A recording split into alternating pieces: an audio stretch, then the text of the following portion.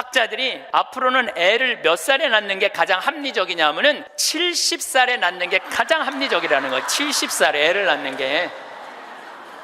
그런데 저는 여기에 전적으로 동의합니다. 여기 지금 7, 80 되신 분들 다 20살에 시집 가셔서 애 낳고 살았을 거예요. 그럼 생각을 해봐요. 20살에 애 낳고 행복한 거냐? 애 한 살 때 행복하고 그 다음부터 자식 때문에 평생 속 새까맣게 끓고 사는 거예요. 여기 있는 분들 말을 안 해서 그렇지 얘기해보면은요, 지금 평생 자식 때문에 속 썩고 사는 분들 많을 거예요.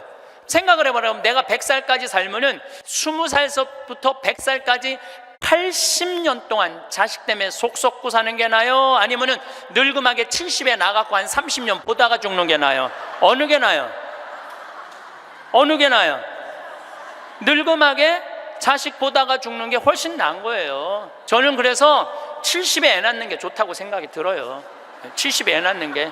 4년 전에 우리나라가 100살 이상이 1,800명이었어요. 여자가 1,700명, 남자가 100명이에요. 100명. 여자들이요 안 죽어요. 여자들이 이상하게.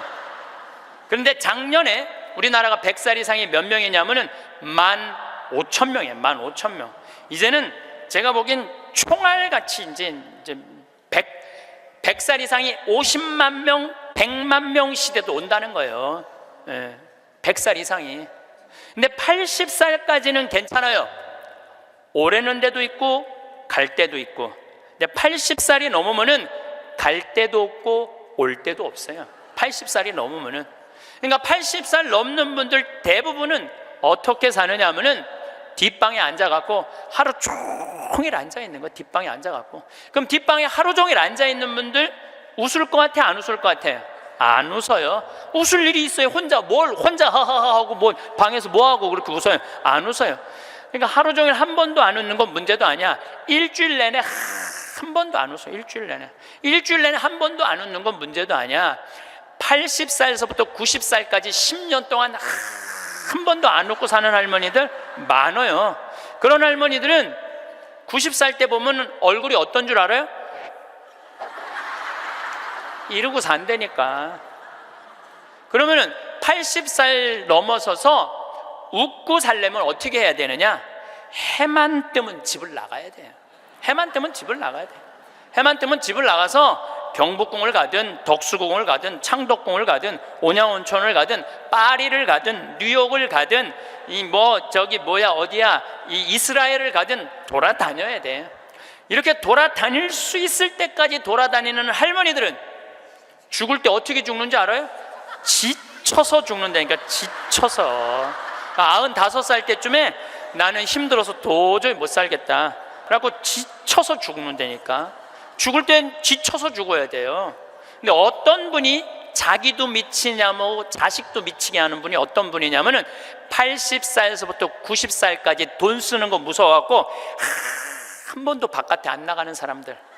이런 사람들은 10년 동안 안 움직이면요 허벅지에 뼈밖에 없어요. 근육이 하나도 없어요. 이분들은 90살에 할 수 있는 일은 딱 한 가지예요. 누워서 싸는 거예요.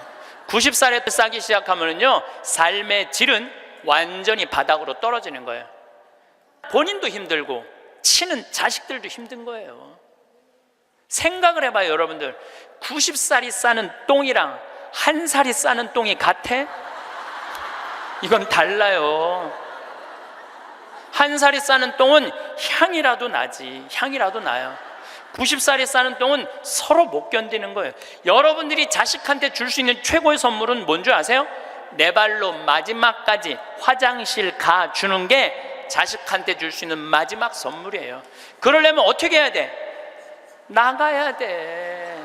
무조건 돌아다녀야 돼요. 무슨 돈으로? 집 잡혀서 돌아다녀요. 집 잡혀서 돌아다니세요. 자식한테 물려줄 생각하지 말고. 여러분들이 만약에 70살에 다 살았다고 생각하고 자식들한테 재산을 물려주는 순간 여러분들은 자식 잃어버리고 재산 잃어버리고 인생 잃어버리는 거예요. 여러분들 70살에 자식들한테 재산 주면은 자식이 계속 찾아오고 용돈 주고 찾아와요? 안 찾아와요? 용돈도 안 주고요 찾아오지도 않아요. 그래서 이번 10월 2일 날 노인의 날 무슨 법이 발효가 됐느냐면 불효자 방지법이 발의가 됐어요. 불효자 방지법. 불효자 방지법이 뭐냐면은 내가 재산 주고 다 줬는데, 집도 줬는데 자식이 용돈도 안 주고 찾아오지도 않으면은 내가 준 재산, 내가 준 집을 다시 찾아올 수 있는 법 아니에요. 예, 그냥 다시 찾아올 수 있는 거. 넌 용돈도 안 주고 나 책임도 안 지니까 원래 내 자산이니까 내 다시 갖고 올게. 그런데 70살이 넘어서 법원에 다시 준 재산 찾아오겠다고 법원에 소송 걸 수 있는 할머니들이 몇 명이나 될 것 같아요? 그냥 참고 사는 거예요. 참고, 속은 새카맣게 참고 사는 거야. 그러니까 가만히 보니까 만만한 게 나야, 나. 예, 왜냐하면 저 신부님한테 찾아가면 저 신부님은 나를 받아줄 것 같은 생각이 드는 거지. 그러니까 나한테 70살 넘은 분들이요, 전화해갖고요, 신부님 사정 얘기 다 해요. 나 자식들한테 재산 주고 다 줬는데 자식들 박사 사업하고 잘 사는데 나 찾아오지도 않는다고. 그런데 나 너무 멀쩡하다고, 나 아직도 건강하다고, 나 평창에 갖고 설거지도 할 수 있고 빨래도 할 수 있고 다 할 수 있다는 거예요. 청소도 할 수 있고. 그래서 나 신부님하고 같이 살고 싶다는 그런 분들 많아. 요즘 나하고 살자는 여자가 너무 많아.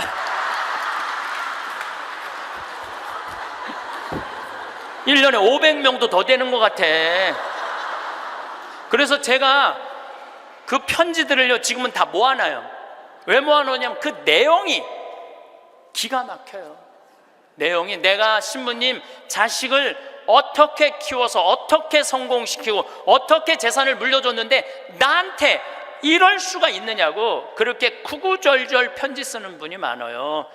그런데 그 자식 재산은 찾아올 생각하지 않고 내가 자식보다 낫게 생각이 드는 거지. 나하고 살자고. 내가 직접 받은 전화인데 85살 된 할머니예요. 85살 됐는데 70에 아들이 그러더래요. 어머니, 나 이제 어머니 어차피 모셔야 되고 어머니도 이제 나하고 같이 살아야 되지 않느냐. 그러니까 나 5천만 원 있고 어머니 3억 있는데 그 돈 나한테 주면은 내가 아파트 분양 받아서 어머니 모시고 살겠다고. 자기는 5천만 원 투자하고 엄마는 3억 투자하고 자기가 모시고 살겠다고. 자기가 들어가서 사는 건데 말은 자기가 모시고 산다고. 근데 이 할머니가 이런 생각이 들었대요. 내가 살면 얼마나 사나? 아들이 아파트 얻겠다는데, 그래서 그 3억을 주고 들어가서 살기 시작했대요. 여러분들, 나이를 먹어서 자식이 내 집에 들어와서 사는 거랑 내가 자식 집에 들어가서 사는 거는 하늘과 땅 차이예요. 하늘과 땅 차이예요. 만약에 자식이 들어와서 사는데 마음에 안 들잖아요? 나가라고 그러면 돼. 근데 만약에 내가 자식하고 같이 살겠다고 합쳤는데 자식이 너무 마음에 안 들어, 며느리가 너무 마음에 안 들어. 그리고 대개 80된 분들은 며느리가 몇 살쯤 되냐면 60살쯤 돼요. 이 60살쯤 되는 며느리는 눈에 뵈는 게 없는 사람들이에요. 그럼 누가 나가야 돼? 80살짜리가 들고 나가야 돼요. 80살짜리가 나가야 돼요. 이게 현실이에요, 현실. 제가 며칠 전에도 들은 얘기예요. 6억을 들고 할머니가 아들 집으로 들어갔대요. 아들 집으로 6억을 들고 들어가든 60억을 들고 들어가든 그건 아무 상관이 없어요. 자식 집에 들어가서 사느냐 안 사느냐, 그게 중요한 거예요. 그런데 6억을 들고 들어갔는데 냉장고에 있는 사과도 마음대로 못 먹겠더라는 거예요. 왜냐하면 이거 혹시 며느리가 손자 주려고 갖다 놓은 거 아닌가. 그래서 전화를 했는데요. 얘야, 나 이거 먹어도 되느냐고. 왜 그러고 사느냐 이거예요. 그냥 혼자 편안하게 6억짜리면 3억짜리 아파트 가고 3억은 은행에다 넣어놓고 한 달에 100만 원만 써도 30년을 먹고 살 수 있는데 왜 그렇게 사느냐 이거예요. 그리고 이제 여러분들의 인생의 주인공은 누구냐면 여러분들이에요. 자식이 여러분들 효도할 수 없어요. 이제는 효도는 할 수 없는 세상이에요. 제가 아주 단언을 합니다. 여러분들 효도는 할 수도 없고 받아 먹을 수도 없는 세상이에요. 생각을 해봐요. 여러분들 110살까지 산다고 생각을 해봐. 110살 먹은 엄마가 90살 먹은 아들한테 전화해갖고 얘야 너 왜 나 요즘 안 찾아와? 그러면은 90살 먹은 아들이 당황스러울 거야. 엄마 아직도 안 죽은 건가? 죽었는지 안 죽었는지 지금 헷갈리는데 가끔씩 엄마가 전화해갖고 너 왜 나 안 찾아오냐면 아들이 90살 먹은 아들이 당황스러울 것 같아? 안 당황스러울 것 같아요? 살았는지 죽었는지도 몰라요. 90살 된 아들은. 막말로 여기 계신 분들 지금 8, 90된 어머니 하루에 몇 번 생각해요? 떨어져 살면은 일주일에 한 번도 생각 안 할 때도 많을 거예요. 일주일에 한 번도. 근데 엄마는 오로지 자식만 생각하는 거야. 왜? 자기 인생을 살 줄 몰라서 그러는 거예요. 자아실현이 뭔지 몰라서 그런 거야. 자아실현. 자기 인생을 산 사람은 자식이 있든 없든 자식이 찾아오든 안 찾아오든 아무 상관없이 자기 인생을 살아요. 근데 자기의 삶이 없는 사람은 오로지 자식만 쳐다보고 110살 때도 90살 먹은 아들한테 너 왜 나 안 찾아와? 나 너밖에 없는데. 그럼 아들이 엄마가 지금 죽었다가 살아난 건지 살았다가 죽은 건지 이거 헷갈린다니까요. 아들이. 이제는 효도는 없는 시대, 효도는 없는 시대예요.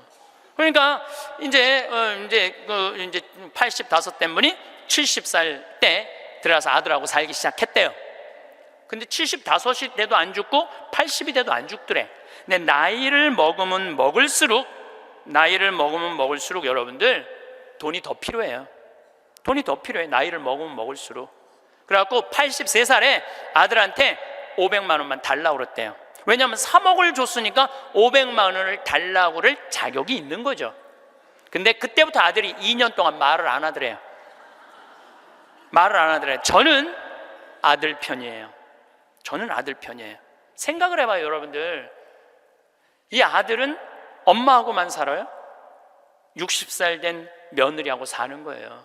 며느리가, 아내가 맨날 뭐라고 그럴 것 같아? 나 저 시어머니하고 사는 거 지겨워.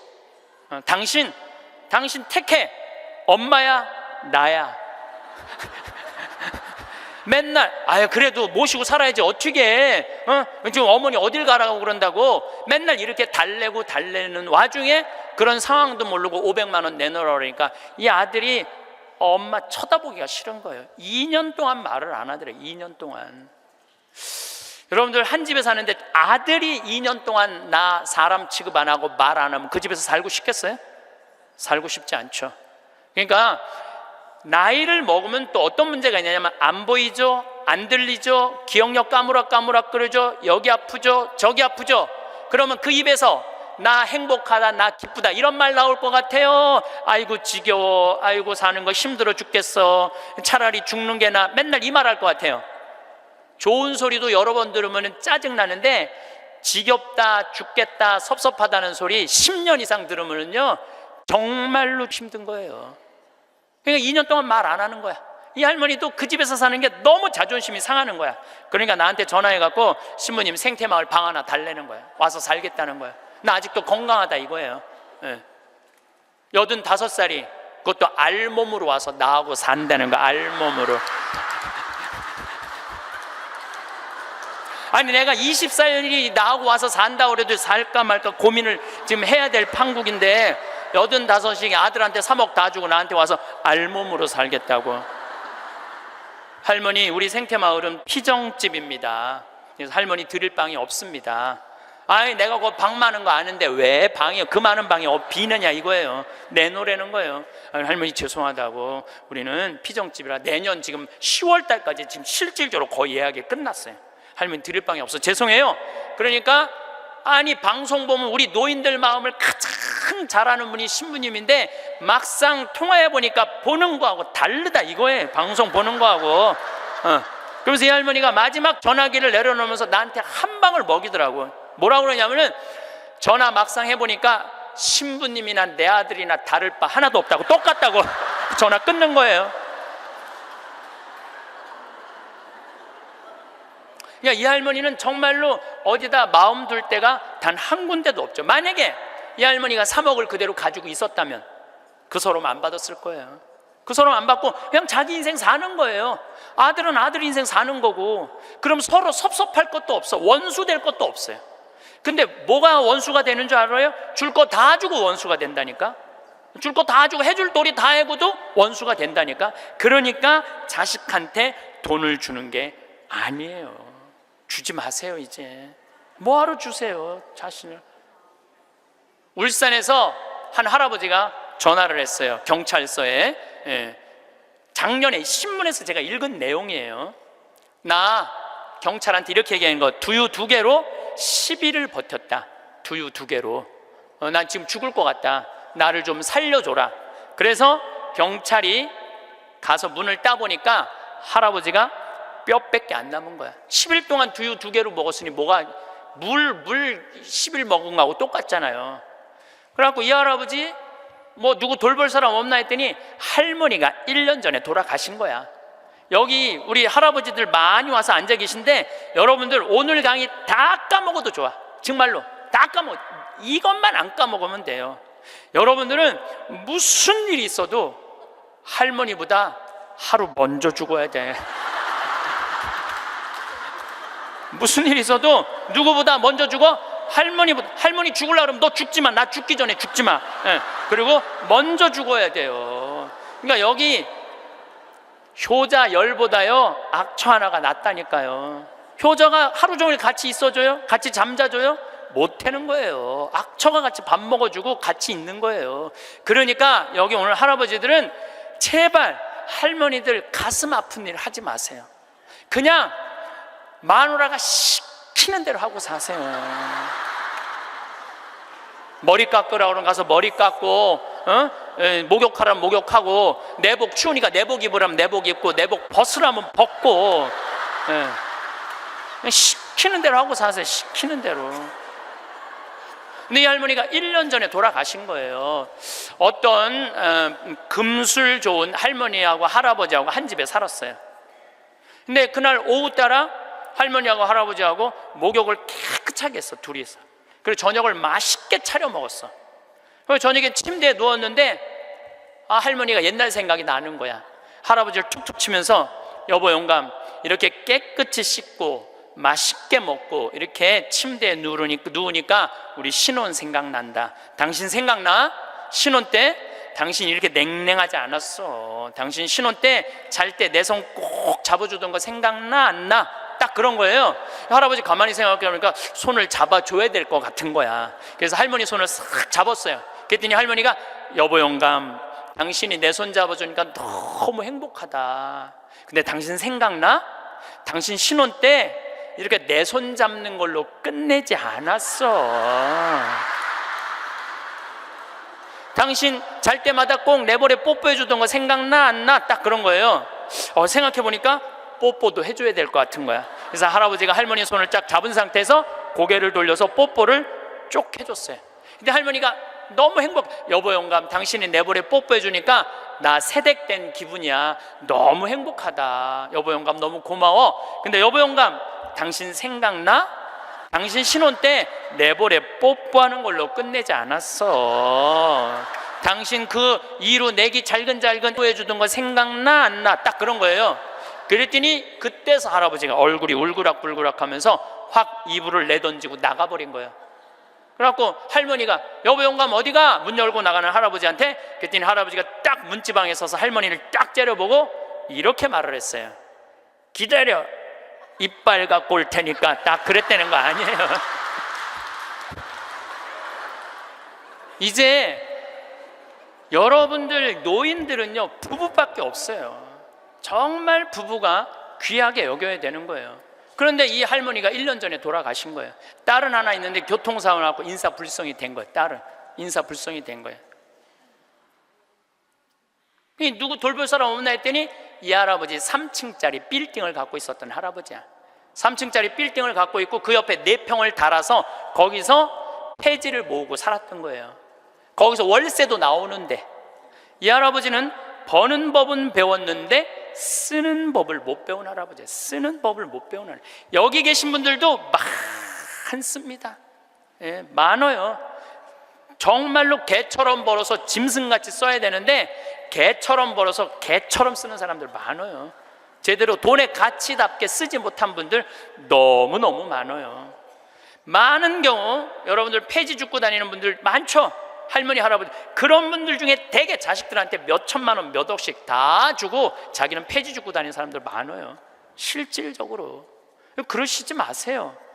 내가 행복해야 돼요. 내가 행복한 게 자식 도와주는 거예요.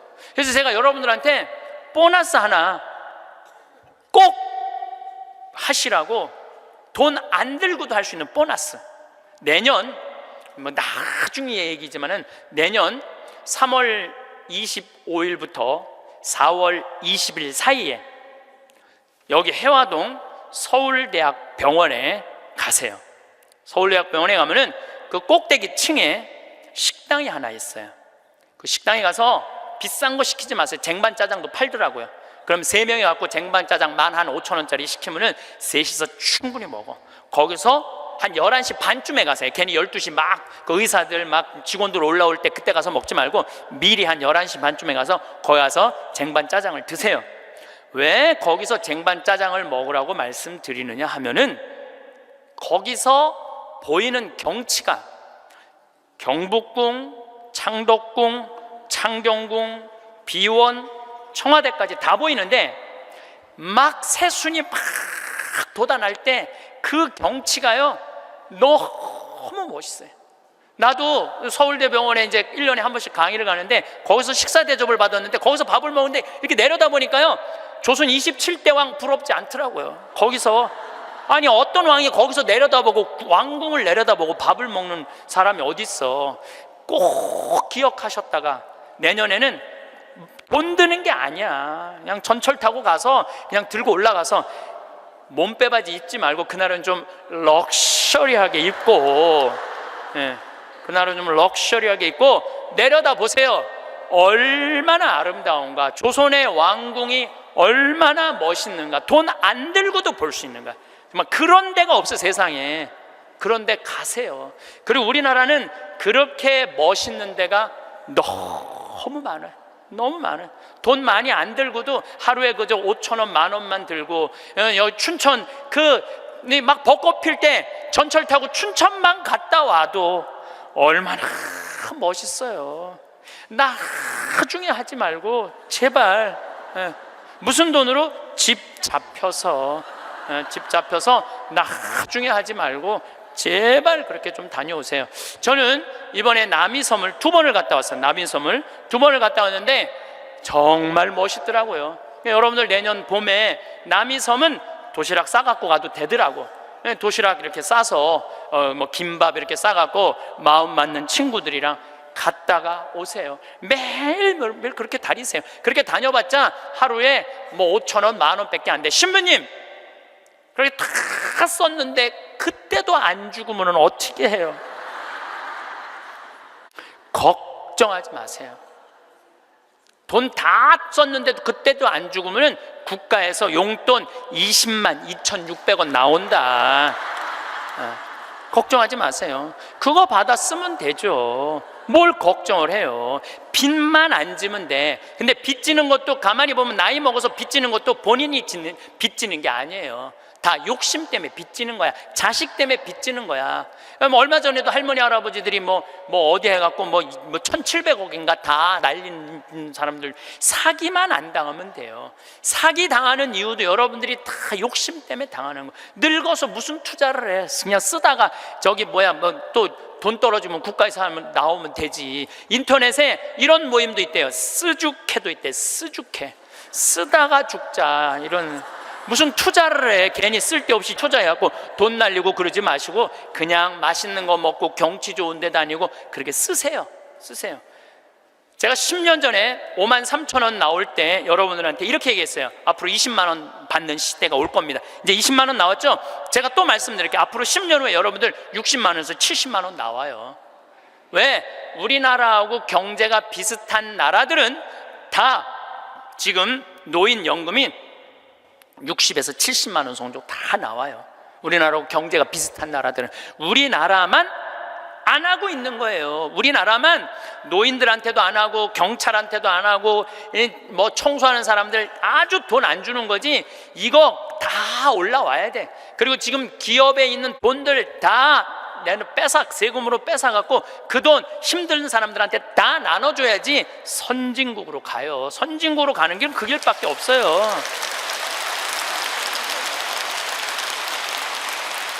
미국은 가보니까 할머니 한 분이 95살 먹은 할머니야. 이번 LA 갔는데 나한테 용돈을 $1,000를 주더라고요. 정말로 나이 많으신 분이야. 용돈을 $1,000를 100만 원을 주는 거예요. 할머니 무슨 돈이 있어? 우리 돈 많아 그래. 내가 지금 그래서 궁금해갖고 물어봤어. 미국의 할머니들은 한 달에 돈 하나도 없는 분들 연금이 얼마 나오냐면 $800가 나와요. $800면 우리나라 돈으로 85만 원이 나와요. 85만 원. 그런데 85만 원뿐만 아니라 집도 없어 이런 분들은 그러면 아파트 월세까지 다 나와요. 시골은 $200, 도시는 $300 하거든 월세가. 그것까지 다 나오는 거니까 한 달에 100만 원 정도가 나오는 거야. 근데 만약에 이 할머니가 한 달에 100만 원을 줬는데 1년 연말 결산을 해봤는데 100만 원을 다 안 써서 50만 원밖에 안 썼어. 그러면은 이 할머니는 돈이 있던가 돈이 필요 없던가 하는 할머니라고 그 다음에는 연금을 40만 원밖에 안 줘요. 그래서 미국에 다녀보면 할머니들이요 그 돈 쓰려고 얼마나 돌아다니는지 몰라요.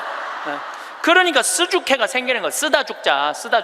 그냥 나한테 용돈도 $1,000씩 주는 거죠. 내가 그 할머니한테 5년 전에도 나한테 만나서 그랬대요. 그래서 할머니 손을 잡고 할머니 내가 한 5년 후에 여기 또 올 것 같은데 그때 또 봐요. 그랬더니 그때는 좀 생각을 해봐야 될 것 같아 그러시더라고요. 100살 때는 생각을 해봐야 되겠다 이거죠. $30,000가 통장에 넘었으면요 연금을 안 줘요. 미국도. 그러니까 자기 통장에 3천만 원 밑으로 자꾸 만드는 거예요. 쓰라는 거예요. 근데 우리나라도 그렇게 갑니다. 분명히 그렇게 가요. 그리고 우리나라가 부정적인 요소도 많지만은 제 판단에는 앞으로 전 세계에서 가장 발전한 나라 중에 하나예요. 우리나라가. 그러니까 걱정하지 마세요. 예수님이 걱정하지 말라고 해도 뭘 이렇게 쓸데없는 걱정을 많이 하고 그래.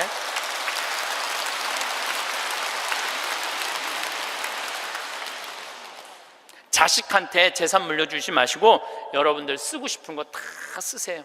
여행 다니고 싶은 거 여행 다니고 먹고 싶은 거 있으면 먹고 없으면은 안 쓰면 되지. 없으면 안 쓰면 돼요. 근데 있는데도 못 쓰는 사람들한테 하는 얘기예요. 있는데도 못 쓰는 분들한테 하는 얘기예요. 이제는 부모 자식 사이에 효도는 없어요. 아까도 말씀드렸지만 사랑밖에 없어요.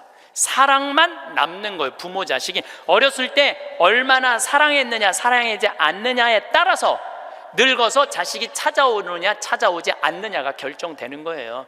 나는 우리 어머니 아버지를 참 잘 만났어요. 참 좋은 어머니 좋은 아버지.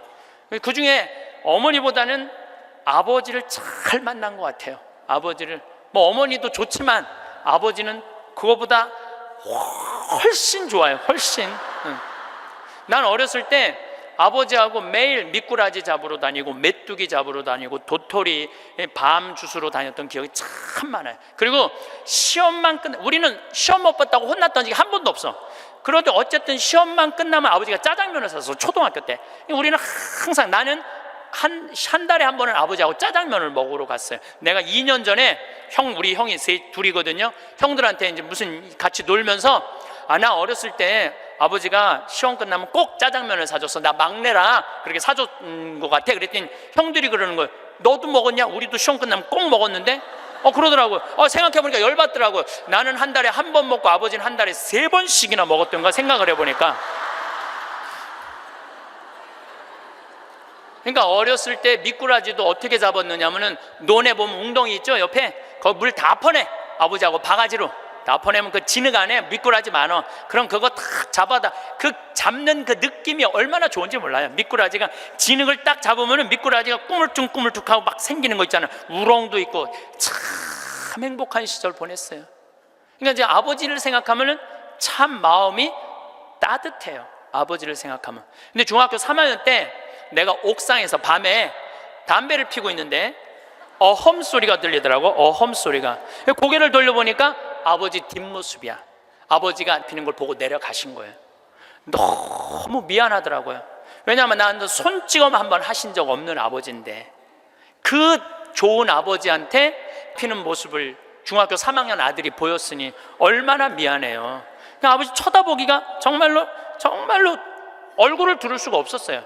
근데 아버지가 하루가 지나도 말이 없고 이틀이 지나도 말이 없는 거야. 일주일이 지났는데도 말이 없으신 거예요. 그래서 난 이렇게 생각했어요. 깜깜해서 못 보셨나 보다. 이렇게 생각을 했어요. 근데 2주일이 됐는데 2주일째 누나가 나를 부르는 거예요. 막내야, 항상 저를 막내라고 불렀거든요. 우리 집에서는. 막내야, 얘기 좀 하자. 그래 얘기해. 그랬더니 너 담배 피니? 그러더라고요. 나 담배 펴. 왜냐하면 그때 제가 중학교 2학년, 3학년, 고등학교 1학년 거의 3년을 학교를 거의 안 다녔거든요. 뭐 여러 가지 뭐 몸이 안 좋아갖고 뭐 학교 안 다니니까 할 일이 뭐가 있어. 맨날 그냥 피고 앉아 있는 거죠. 학교 다니면 필 시간 없지만 학교 안 다니니까 필 시간이 얼마나 많아요. 맨날 담배나 피고 있는데 너 담배 피니? 그래서 나 담배 펴. 그랬더니 아버지가 나한테 얘기하더라. 너 건강도 안 좋은데 끊었으면 좋겠다고. 그러니까 우리 아버지는 아들한테 이 얘기를 하고 싶은데 직접적으로 말하면은 서로 간에 충격이 있을 것 같은 생각을 하신 거예요. 그러니까 내하고 제일 친한 누나한테 얘기를 한 거죠. 그래서 아주 정중한 나한테 부탁을 해 오신 거죠. 그때 내가 받은 아버지에 대한 감동은요, 이거는 지금도 나는 아버지가 세상에서 제일 커요. 아버지가 세상에서 제일 큰 분이에요. 내 인생에 있어서. 그러니까 지금도 한 달에 한 번 아버지를 안 보면은 내가 못 견뎌요. 보고 싶어. 막 보고 싶어요. 그래서 나는 요즘은 뭐 11월, 12월 내 시간이 하나도 없어요. 아버지 만나러 갈 시간이 없어. 그래도 내일은 내가 수원에 강의가 있거든요. 우리 집이 수원이니까 내가 아침에 나오면서 전화했어요. 아버지 같이 밥 먹자고. 그러니까 아버지하고 밥을 먹고 아버지를 쳐다보고 있으면 내가 행복해. 우리 아버지는 나이가 85살이에요. 나는 해가 가면 갈수록 아버지가 더 좋아요. 해가 가면 갈수록. 나 시간 남은 수원 가서 여자 안 만나요. 아버지 만나지. 근데 아버지가 지난 10월 달에 우리 생태마을에 오셔서 산에 가셔서 산삼을 2뿌리를 캐갖고 오셨어요. 아들 준다고, 나 준다고 2뿌리를 캐갖고 오셨어요. 그런데 그런 거조차도 나는 오랫동안 기억에 남을 거예요. 우리 아버지는 지금 산에 가갖고 바위 틈에 꽃을 산삼 그거를 잎을 보셔갖고 그걸 캐갖고 이 손마디보다 약간 두꺼운 걸 2개를 캐갖고 오셨는데, 지금도 나는 아버지가 90살이 되든 95살이 되든 100살이 되든 아버지를 보고 싶은 마음은 변함이 없을 거라고 생각을 해요. 아버지를 보고 싶은 마음은. 왜냐하면 너무너무 사랑하니까. 앞으로는 여러분들 앞으로 펼쳐질 세상에 여러분들 자식한테 효도해라, 나 찾아와라 이런다고 자식이 찾아올 것 같아. 지금 부모 안 찾아가는 자식이 650만 명 중에 125만 명이 부모 안 찾아가요. 추억이 있어야지. 먹고 마시고 놀았던 기억이 있어야지. 늙은 아버지하고 먹고 마시고 노는 거예요. 성서 잘 묵상해 보세요. 내가 이거 첫째 시간, 이게 6강인데 첫째 시간에 먹고 마시고 노는 일이 얼마나 중요한지 아주 잘 설명을 해놨어요. 여러분들 그걸 한번 보세요. 예수님이야말로 우리를 진정으로 사랑하는 우리 진정한 왕이야. 정말 왕이 백성이랑 먹고 마시고 놀잖아요. 그럼 백성의 속마음을 다 알아요.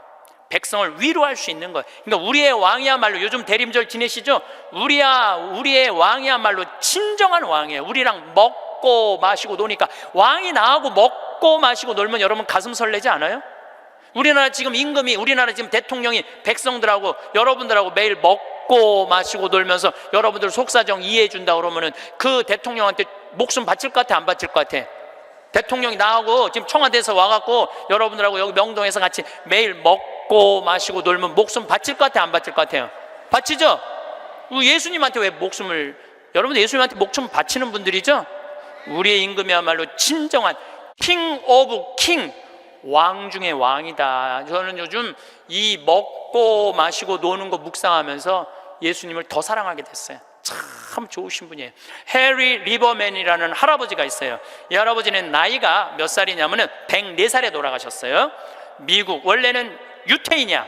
폴란드에서 너무너무 가난하게 살다가 어디로 갔느냐면은 미국으로 이민을 갔어. 가갖고 뭐 정말 일을 많이 했어. 제조업도 하고. 근데 이제 77살에 은퇴를 했어요. 돈도 많이 벌고. 그래갖고 이제 미국에도 노인정이 있어요. 매일 노인정에 가갖고 할 일이 없으니까 맨날 체스를 뒀어요. 근데 81살에 같이 체스 두던 친구가 아파갖고 안 나왔어. 안 나와갖고 하루 종일 멍 때리고 있는데 거기에 자원봉사자가 할아버지 친구 안 나왔다고 하루 종일 가만히 앉아있지 말고 옆에 화실이 있는데 그 화실에 가서 그림 좀 공부 좀 해보고 그림 좀 그려보라고 그럽니다. 그랬더니 이 할아버지가 이런 말을 해요. 나는 태어나서 지금까지 단 한 번도 붓을 잡은 적이 없다. 먹고 살기 바쁜데 무슨 붓을 그리냐. 물감이 어떻게 생겼는지도 모르고 도화지, 캔버스가 어떻게 생겼는지도 모른다. 근데 내가 무슨 그림을 그리냐. 이 81살 나이에. 그래도 할아버지 한번 가서 구경이나 해보시라고. 그래서 할아버지를 살살 꼬셔서 화실에 갔어요. 근데 이 할아버지가 화실에 가서 붓을 보고 물감을 보고 캔버스를 보는 순간 어떤 생각이 들었느냐 하면은 어렸을 때 폴란드의 그 아름다운 경치를 그리고 싶었던 거야. 그래서 붓을 들어 그림을 그리기 시작을 했어요. 근데 이 할아버지가 색깔을 조합하고 그림을 그리는데 프랑스의 샤갈이라는 화가보다도 그림을 더 잘 그리는 거야. 그래서 이 할아버지 별명이 미국의 샤갈이에요. 그래서 이 할아버지가 뭐 배울 것도 없어. 기본적인 몇 가지만 하고부터 전시회를 했는데 101살까지 전시회를 해요. 근데 101살까지 전시회를 하는데 나이 먹으면 보통 전시회하면은 동네에서 그런 식으로 하잖아요. 근데 이 할아버지는 그런 전시회가 아니야. 그런 전시회가 아니라 어떤 전시회냐면 미국의 모든 미술관이 와서 이 할아버지 그림을 소장하고 싶어서 경매를 할 정도로 유명한 전시회를 해요. 101살 때 20일에 전시회를 할 때 기자 400명이 모였대요. 기자들이 물어봤대요. 할아버지한테 할아버지 어떻게 이렇게 20일에 걸쳐서 이 세계적인 그림을 그릴 수 있느냐고. 할아버지 대단하다고.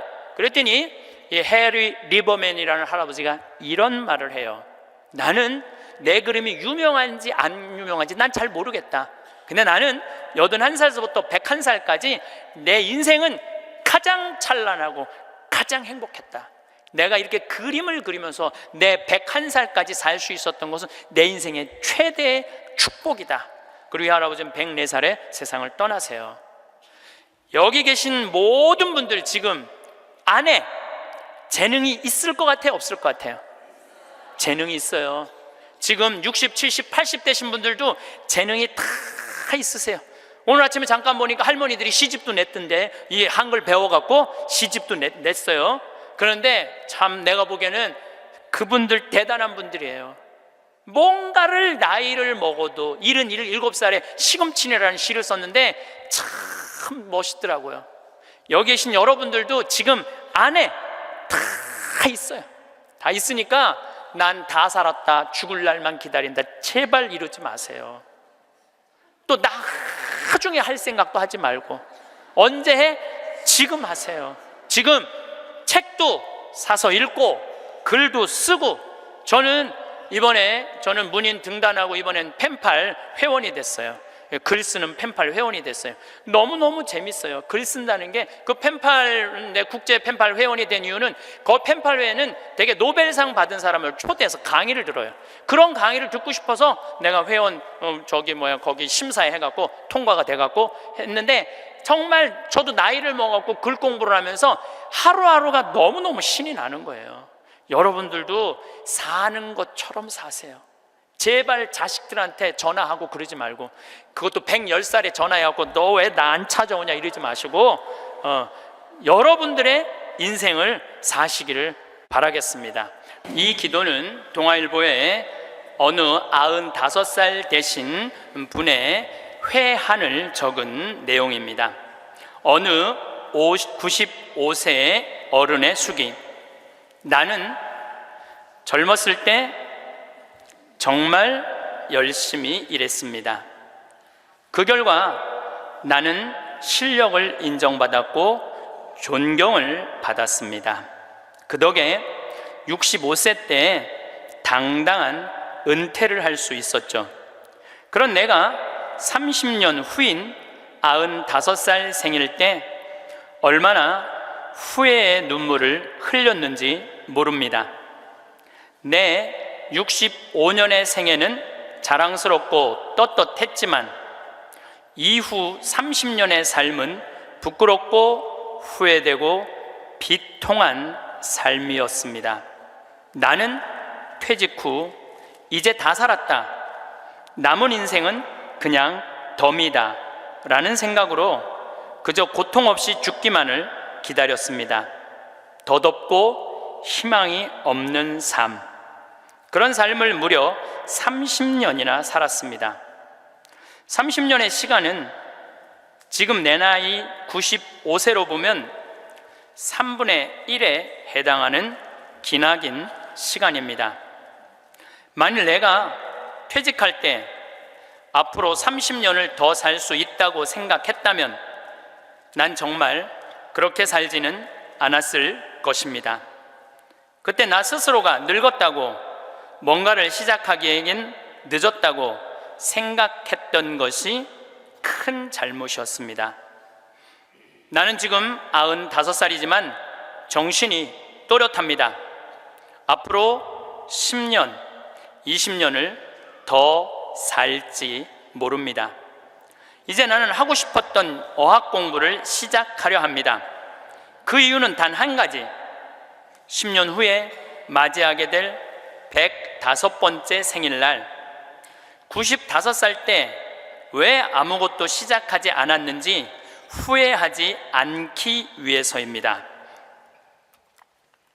성부와 성자와 성령의 이름으로 아멘. 우리가 죽는 날만 기다리는 사람은 사는 게 재미가 하나도 없어요. 죽는 날만 기다리는 사람은.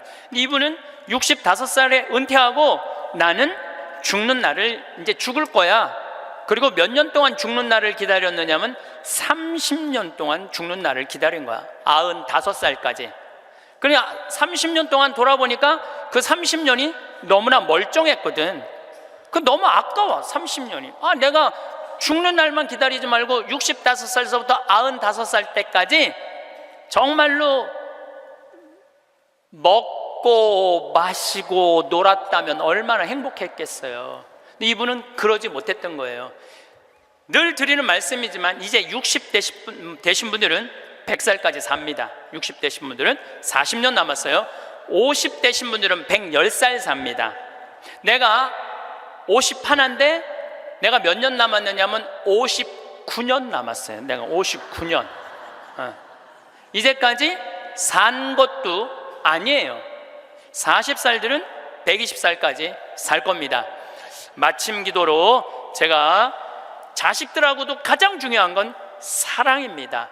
사랑에 관련된 성서 구절로 마침 기도를 바치겠습니다. 성부와 성자와 성령의 이름으로 내가 인간의 여러 언어와 천사의 언어로 말한다 하여도 나에게 사랑이 없으면 나는 요란한 징이나 소란한 꽹과리에 지나지 않습니다. 내가 예언하는 능력이 있고 모든 신비와 지식을 깨닫고 산을 옮길 수 있는 큰 믿음이 있다 하여도 나에게 사랑이 없으면 나는 아무것도 아닙니다. 내가 모든 재산을 나누어 주고 내 몸까지 자랑스레 넘겨준다 하여도 나에게 사랑이 없으면 나에게는 아무 소용이 없습니다.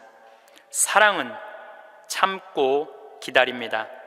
사랑은 친절합니다. 사랑은 시기하지 않고 뽐내지 않으며 교만하지 않습니다.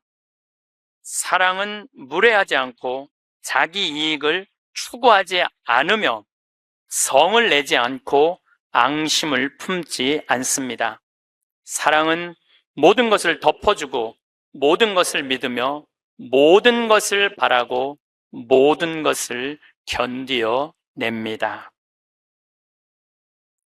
나이가 들면 어느 순간부터 삶의 반경이 조금씩 좁아지는 것을 느끼게 됩니다. 처음에는 아주 작은 변화입니다. 오늘은 몸이 좀 무거워서, 오늘은 날씨가 별로여서, 오늘은 그냥 집이 편해서. 그렇게 하루하루를 보내다 보면 어느새 바깥 세상이 낯설어지고 익숙한 공간 안에서만 맴도는 하루가 반복됩니다. 그리고 그 반복이 쌓이면 삶 자체가 조용히 멈춰버리는 것 같은 느낌이 찾아옵니다. 많은 분들이 그 감각을 경험합니다. 새로운 것을 시작하려다가도 괜히 혼자 망설이게 됩니다. 몸이 따라줄지 걱정되고 돈을 쓰는 것도 아까워지고 혹시 실패하면 어쩌나 하는 마음이 앞섭니다. 그런데 그 망설임 하나하나가 쌓이면 결국 삶에서 움직임이 사라지게 됩니다. 몸만 멈추는 것이 아닙니다. 마음도, 기대도, 설렘도 함께 멈춥니다. 그리고 어느 날 문득 오늘이 어제와 다를 것이 없고 내일도 오늘과 다를 것이 없다는 생각이 스쳐갈 때 그 무게는 생각보다 훨씬 묵직하게 가슴에 내려앉습니다. 늙어간다는 것은 단순히 나이를 먹는 것이 아닐 수 있습니다. 어쩌면 그것은 삶의 움직임을 하나씩 내려놓는 과정일 수 있습니다. 걸음이 느려지는 것보다 걷고 싶다는 마음이 사라지는 것이 더 무서운 일입니다. 먹고 싶은 것이 없어지고 가고 싶은 곳이 없어지고 해보고 싶은 것이 떠오르지 않을 때 그때가 비로소 삶이 조금씩 닫히기 시작하는 순간입니다. 몸의 기능이 조금 약해지는 것은 자연스러운 일입니다. 하지만 마음의 움직임까지 멈춰버리는 것은 다른 이야기입니다. 그래서 몸의 나이보다 마음의 움직임이 훨씬 더 중요합니다. 마음이 살아있는 한 삶은 여전히 진행 중입니다. 생각해보면 우리는 살아오면서 늘 무언가를 향해 나아갔습니다. 더 나은 내일을 위해, 소중한 사람들을 위해, 이루고 싶은 것을 향해 끊임없이 움직였습니다. 그 에너지가 삶을 앞으로 이끌었습니다. 그런데 어느 시점부터 그 방향이 흐릿해지기 시작합니다. 더 이상 이루어야 할 것이 없는 것 같고 지금 있는 자리에서 조용히 지내면 된다는 생각이 자연스럽게 자리를 잡습니다. 하지만 그 생각이 습관이 되고 습관이 일상이 되면 어느 순간 삶이 뒤로 물러나고 있다는 것을 느끼게 됩니다.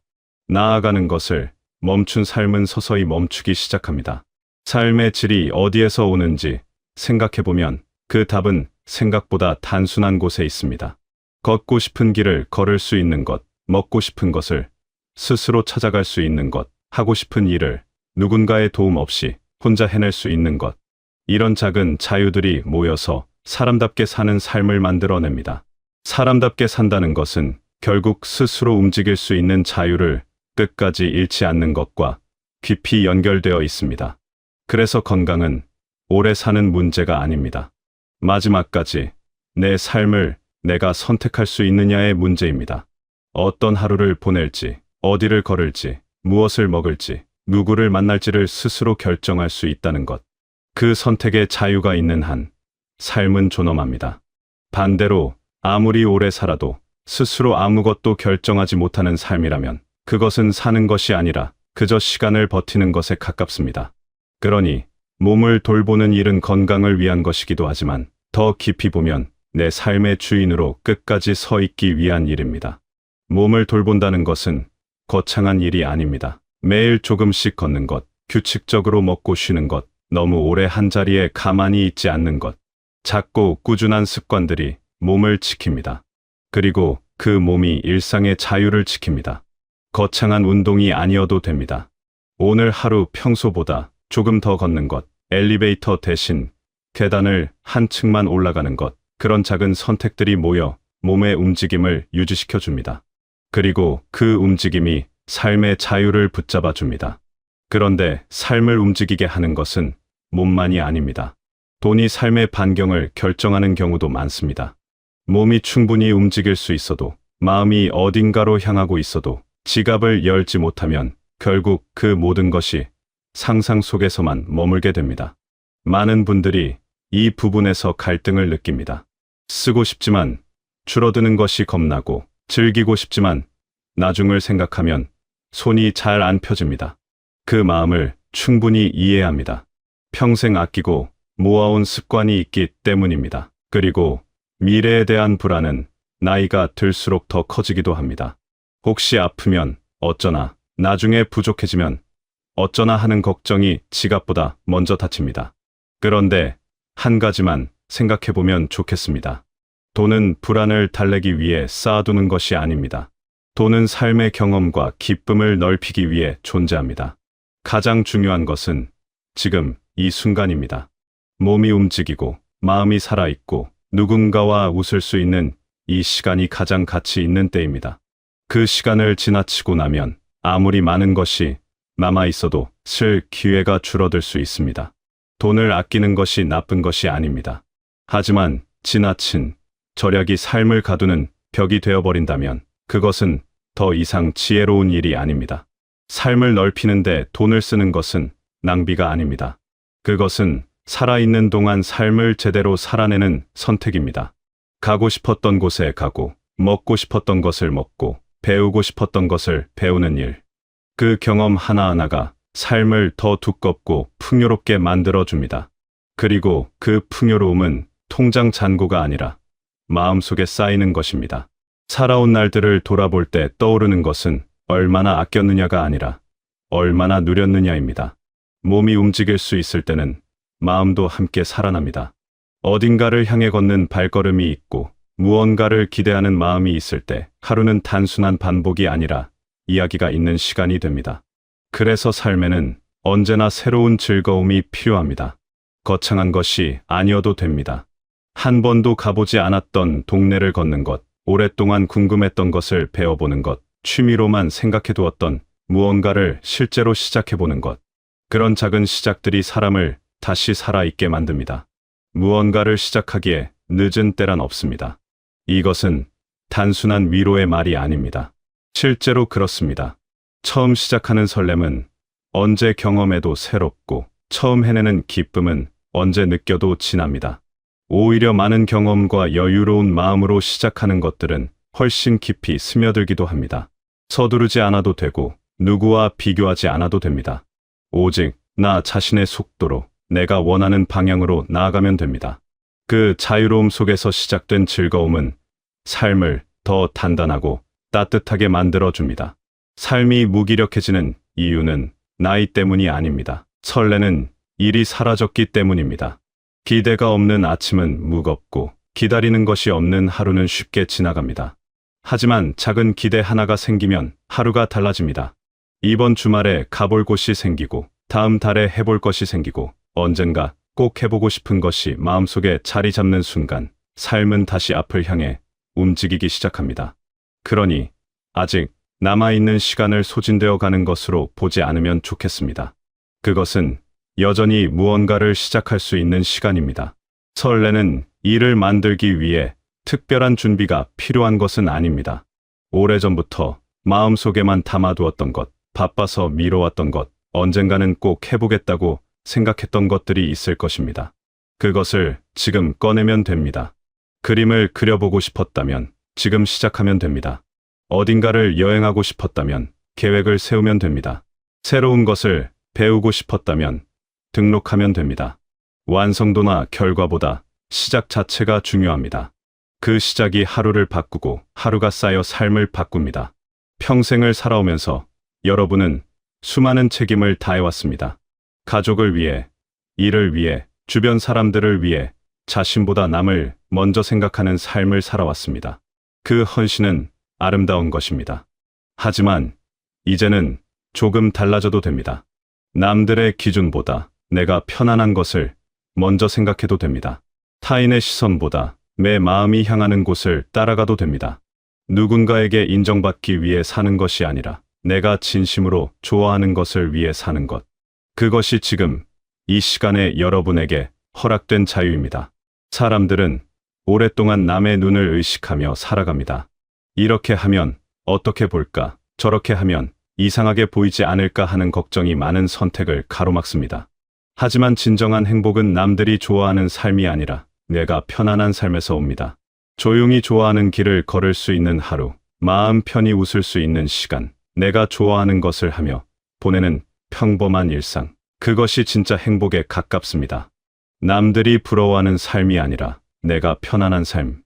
화려하지 않아도 조용하고 작은 것들로 가득 차도 그 삶이 여러분에게 맞는 삶이라면 그것으로 충분합니다. 사람답게 산다는 것은 결국 스스로의 삶을 스스로 누릴 수 있는 상태에 있는 것입니다. 내가 원하는 것을 선택하고 내가 좋아하는 것을 즐기고 내 속도로 하루를 살아가는 것. 그 작은 자유들이 모여서 진짜 삶이 됩니다. 눈치를 보지 않아도 됩니다. 허락을 받지 않아도 됩니다. 지금의 여러분은 그냥 여러분 자신으로 살아갈 자격이 충분합니다. 삶은 마지막까지 살아있는 것입니다. 몸이 움직이는 동안, 마음이 무언가를 향하는 동안 여러분의 이야기는 아직 끝나지 않았습니다. 걷고 싶은 곳을 걷고, 가고 싶은 곳을 가고, 배우고 싶은 것을 배우고, 먹고 싶은 것을 먹으며 하루하루를 진심으로 살아가는 것. 그것이 가장 용감하고 아름다운 삶의 방식입니다. 그리고 그 방식으로 살아가는 사람은 나이와 상관없이 언제나 살아있는 사람입니다. 지금 이 순간에도 여러분의 하루는 충분히 소중합니다. 크게 무언가를 해내지 않아도, 남들에게 보여줄 것이 없어도 오늘 하루를 살아낸 것만으로도 여러분의 삶은 의미 있습니다. 그러니 너무 많은 것을 포기하지 않으면 좋겠습니다. 아직 가보지 못한 곳이 있고, 아직 해보지 않은 것이 있고, 아직 느끼지 못한 기쁨이 남아 있습니다. 그 모든 것이 여러분을 기다리고 있습니다. 삶은 여러분에게 아직 더 많은 것을 내어줄 준비가 되어 있습니다. 그러니 조금만 더 마음을 열고 조금만 더 앞으로 나아가 주시면 좋겠습니다. 앞으로의 하루하루가 여러분에게 따뜻하고 자유롭고 즐거운 시간으로 가득 채워지시길 바라겠습니다.